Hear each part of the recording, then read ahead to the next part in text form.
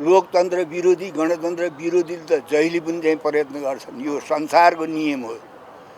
तर त्योभन्दा खतरा जसले लोकतन्त्रको लागि गणतन्त्रको लागि सङ्घर्ष गरे, जेल नेल खाए, दुःख पाए, उनीहरूकै आचरणले गर्दाखेरि, उनीहरूकै व्यवहारले गर्दाखेरि लोकतन्त्र गणतन्त्रमाथि खतरा छ है भनेको मैले 2 वर्ष पहिले।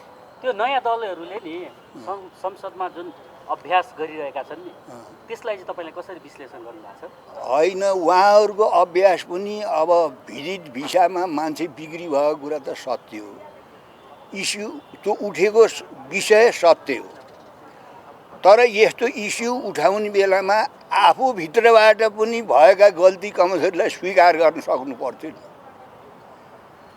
त उहाँहरूले उठाएको विषय त मैले नि भनिरहेको छु नि। राज्य सत्ता सञ्चालक एउटा राज्य व्यवस्था तथा सुशासन समितिको बैठकमा पोहोर साल परराष्ट्र मन्त्रालयको एउटा जिम्मेवार कर्मचारीले के भन्नुभयो त्यहाँ राज्य व्यवस्था सुशासन समितिमा भने, जम्मै कुरा यहाँ बागबजारमा हुन्छ, नागरिकता यहीँ हुन्छ बागबजारमा, पासपोर्ट यहीँ हुन्छ, अन्तिम चाहिँ फाइनल गर्न त चाहिँ पर्यटनमा उहाँ चाहिँ अध्यागमनमा हो त भनेर पोहोर सालै राज्य व्यवस्था सुशासन समितिमा त्यसो हुनाले यो राम्रो सङ्केत होइन, यसमा चाहिँ सुधार हुनुपर्छ। एमाले कांग्रेसले रासोपालाई रापरवालाई के अरे आज जसरी चाहिँ रासोपाले कालो वस्त्र लगाएर निलो स्कार्फ लगाएर विरोध जनाएको छ, बहिष्कारै गर्यो। राप्रपाले त बहिष्कार गर्दै आइरहेको छ, आज रासोपाले पनि कालो वस्त्र लगाएर बहिष्कार गरेको छ। यसलाई ठ्याक्कै कसरी लिनुभएको छ तपाईँले? आन्दोलनका आफ्ना सुविधा अनुसारका आन्दोलन गर्छन् आन्दोलनकारीहरू। कहिले कसैले बेलुका गर्छन् चाहिँ हडताल आन्दोलन, कसैले बिहान शीतलिया गर्छन्। गर्मी नचले बेला, पानी नआए बेला दिउँसो 12-1 बजी गर्छन्।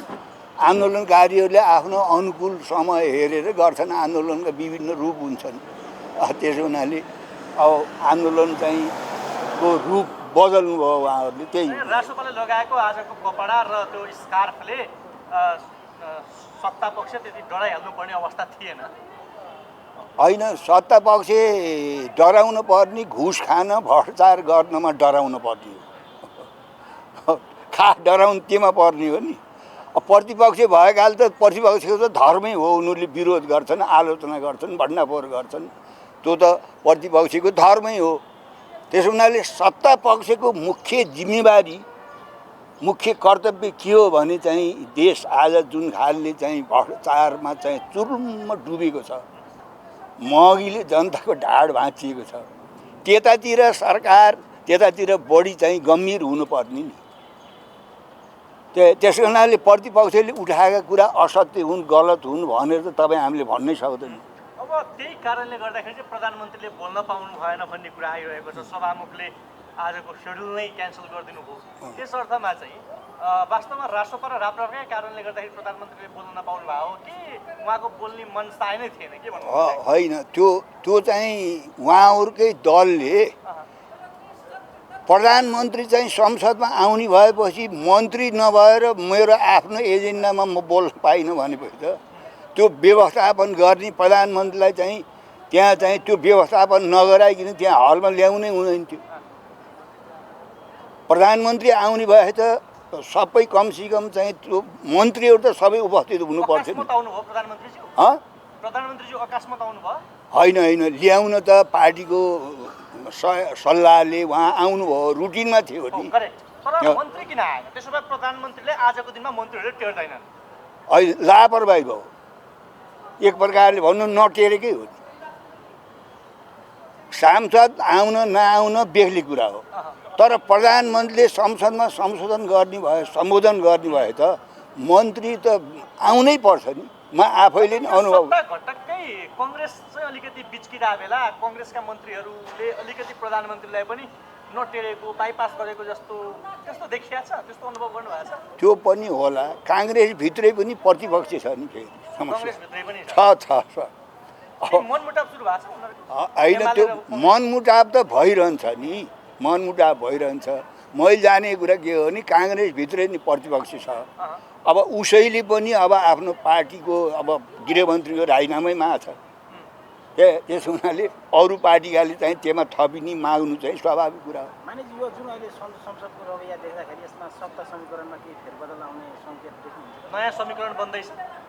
अब ती कुराहरूलाई पनि इन्कार गर्न सकिन्न, किनभने सत्तामा शक्तिमा बस्ने साथीहरूले प्राय हाम्रो आयु चाहिँ बिचा छोटिन्न हामी चाहिँ अब पुरै सम्झौता अनुसार ठिक छौँ बारम्बार भनेको हिसाबले अब के हुन्छ भन्न सकिन्छ। त्यो त उहाँहरूलाई लिनुपर्छ।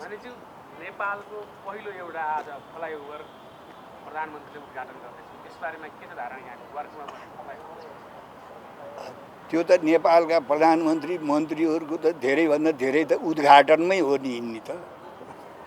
त्यो के नयाँ कुरा सोध्नुभयो तपाईँले? के नयाँ नौलो प्रश्न सोध्नुभयो र? उहाँहरूको धेरै समय त उद्घाटनमा भेटघाटमै जान्छ नि। होइन त्यो त तपाईँको भन्न खोजेको एउटा प्रधानमन्त्रीले गएर त्यहाँ उद्घाटन गर्नुपर्ने हो कि अथवा त्यहाँको एउटा तलको एउटा वडाको जनप्रतिनिधिले त्यो नगरको प्रतिनिधिले? त्यो त नेपालको कल्चर हो नि। मन्त्रीहरूको मुख्य काम त देशमा के भइरहेछ कसो त्यो चिन्ता भन्दा पनि त्यहाँ गएर उद्घाटनमा गएर सबै आएदेखि नि पपुलर हुने, क्रेडिट लिने होडमा त्यही त। त्यहाँ एक दिन उद्घाटन गरेर क्रेडिट लिने, त्यहाँ बनाउने मजदुरको के समस्या छ एमाले बनायो भन्ने भाष्य बनाउने, त्यही होला। त्यसैले पनि होला। त्यो फ्लाइओभर होइन, त्यो यसो हेर्दाखेरि संरचना सबैले फ्लाइओभर भनिरहेका छन्, खासमा त्यो टेक्निकल्ली हेर्ने हो भने ओभरपास हो। तपाईँलाई के लाग्छ यो फ्लाइओभर भनेर चाहिँ किन यत्रो होइन, त्यसबारेमा मलाई थाहा छैन त्यो फ्लाइओभर हो कि के हो त्यो त मलाई थाहा छैन। यहाँ बाहिर हल्ला हो। अब तपाईँले भन्नुभयो जे भए पनि चाहिँ मन्त्रीहरूको असाध्यै ठुलो रहर हुन्छ कि त्यस्ता ठाउँमा जाने उद्घाटन गर्ने। दैलेखमा ग्यास जोस पत्ता लागेको छ, एउटा सौभाग्यको कुरो पनि हो नेपालीहरूको लागि, खुसीको कुरा पनि हो। प्रधानमन्त्रीले त्यहाँ पनि चाहिँ होडबाजी गर्नुभयो क्रेडिट लिनको लागि। नेकपा एमालेले नै त्यो उत्खनन गरे जसो चाहिँ उहाँले पुरा पोस्टर बनाएर आज सामाजिक सञ्जालमा हाल्नु भएको छ। मेरो कार्यकालमा चाहिँ मैले यत्रो चाहिँ नि मेट्रिक टन चाहिँ ग्यास पत्ता लगाएँ दैलेखमा भनेर क्रेडिट लिनुभएको छ। के भन्न चाहनुहुन्छ? प्रधानमन्त्रीज्यूले पत्ता लगाउनु भएको दैलेखको ग्यास? होइन, अब मित्र राष्ट्रबाट आएका वैज्ञानिकहरूले पत्ता लगाएका हुन्। अब उहाँकै कार्यकालमा चाहिँ त्यो भएको हुनाले अब त्यसको श्रेय लिन उहाँले खोजेमा हामीले किन रिस गर्ने? श्रेय लिन पाइयो होइन, किन रिस गर्ने हामीले? जस्तो मान्नेज्यू जसरी त्यो दैलेखमा जुन ग्यास खनन हुँदैछ त्यसमा चाहिँ आम नागरिकको एउटा अपेक्षा छ, किनकि नेपालमा अब त्यसले गर्दाखेरि विदेशी मुद्रा पनि भित्रिन्छ र धेरैले रोजगार पाउँछन्। तर यसमा विदेशीको आँखा लाग्नु हुँदैन। राज्यले राम्रोसँग ध्यान दिनुपर्छ, म्यानेजमेन्ट गर्नुपर्छ, राज्यले यसमा जिम्मेवारीका साथ निभाउनुपर्छ भनेर एक किसिमको चासो छ। यसमा चाहिँ यहाँको धारणा के छ? धेरै राम्रो। हाम्रो देशमा तपाईँको चाहिँ हामी फलाममाथि सुतेका छौँ। म सानो हुँदाखेरि मेरो आमाले त्यहीँ स्थानीय तपाईँको चाहिँ किसानहरूले चाहिँ निकालेको फलाम किनेर हैँसिया कोदाला बन्चरा बनाएको मैले आफैले देखेर आएको हो। म त्यो चाहिँ देशभित्रका चाहिँ ती प्राकृतिक साधन स्रोत त ती सबै बन्द गरिदिए नि। बहुराष्ट्रिय कम्पनीबाट सबै सामान आउने भयो, चाहे खाद्यान्न भन्नुहोस्, चाहे धातु भन्नुहोस्, चाहे पेट्रोलियम पदार्थ भन्नुहोस्। नेपालमा भएका प्राकृतिक चाहिँ अब चिजबिज है त्यसलाई उत्पादन गरेर राष्ट्रको हितमा काम गर्नुभन्दा बहुराष्ट्रिय कम्पनीबाट सामान खरिदेर ल्याउने, त्यसबाट कमिसन खाने, भन्सार उठाउने र तपाईँको चाहिँ नि सरकार चलाउने, यो त आधार भएको हो र पहिलेदेखि भइरहेको छ।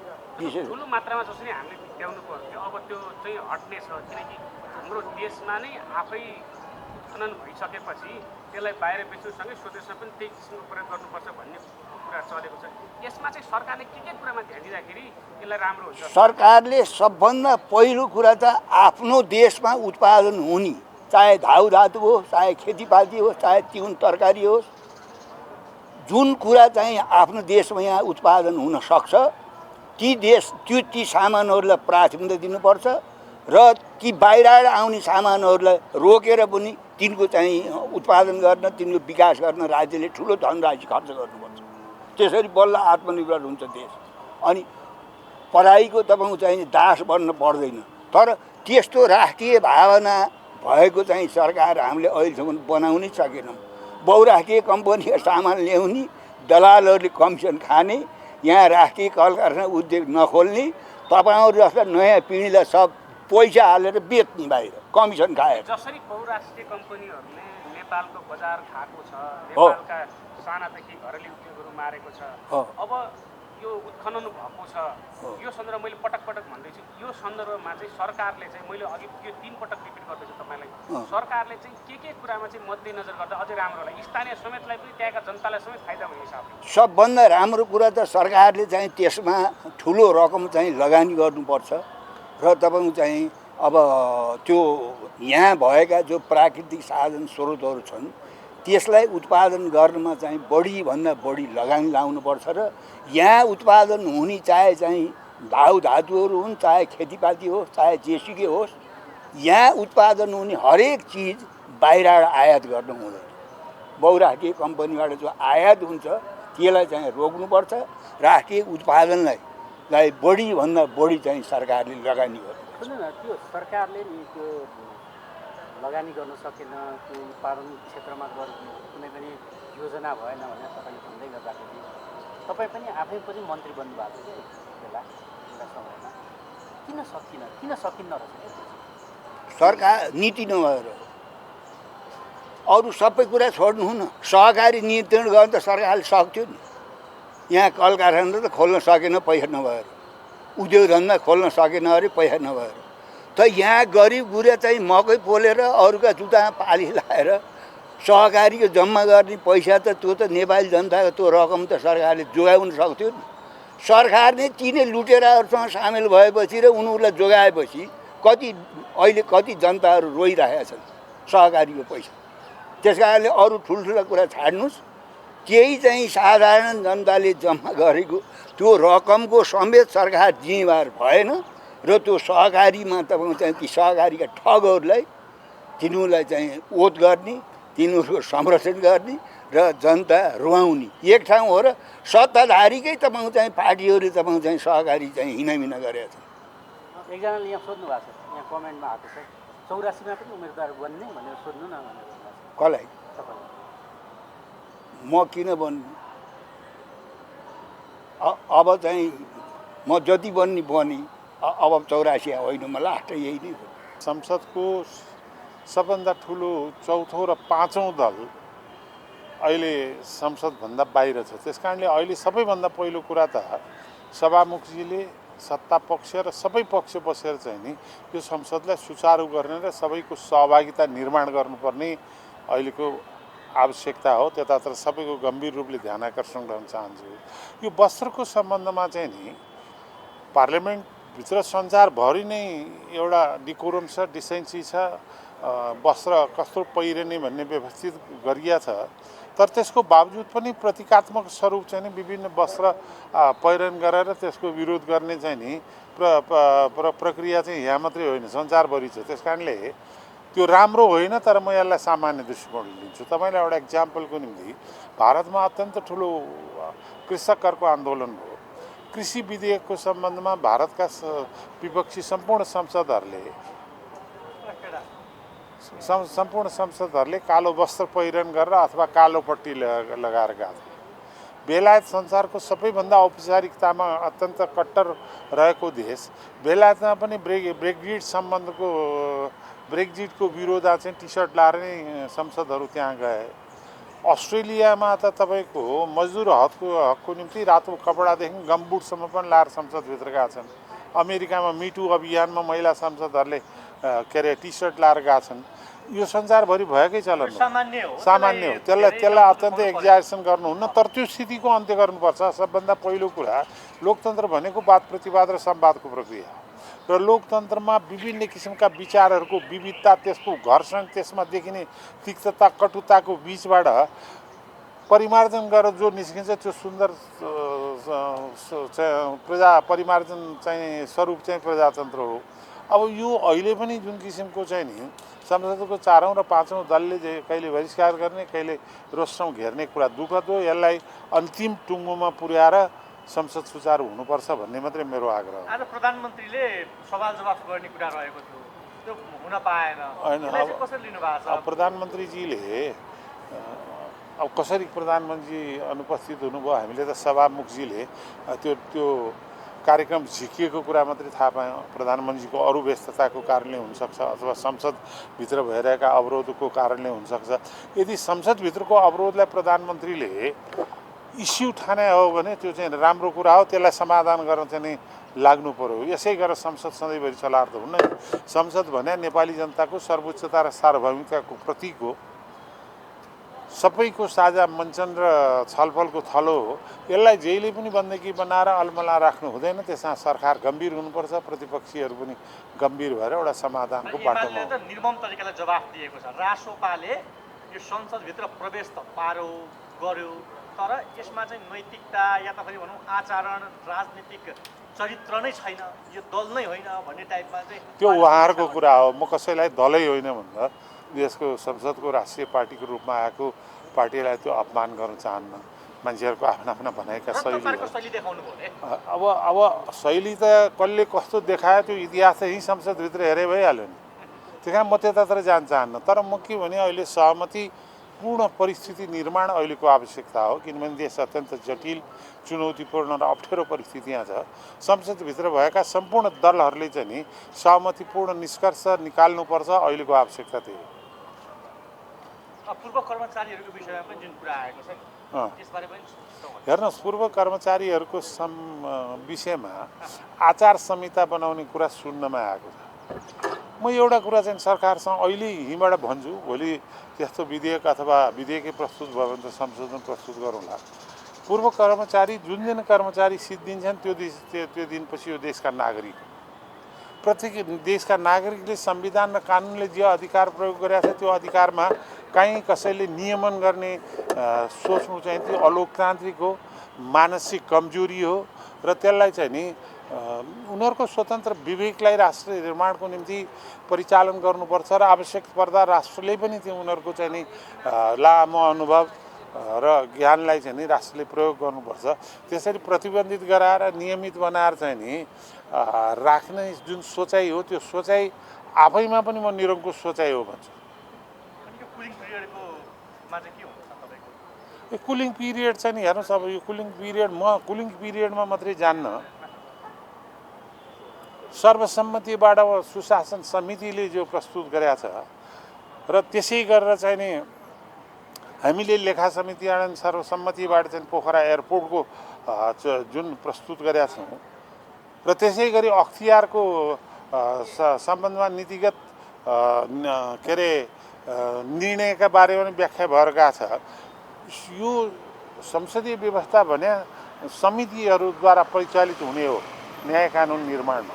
त्यो समितिका सर्वसम्मत निर्णयहरूलाई पाखा लाउने हो भने त्यो समितिहरूमाथि अपमान हो र संसदीय व्यवस्थाको मौलिक चरित्रमाथिको आक्रमण हो। त्यो जस्तो छ त्यस्तो ल्याउनुपर्छ, त्यसलाई चाहिँ नि अन्तिम फैसला गर्ने संसदले हो, सरकारले इम्पोज गर्ने होइन।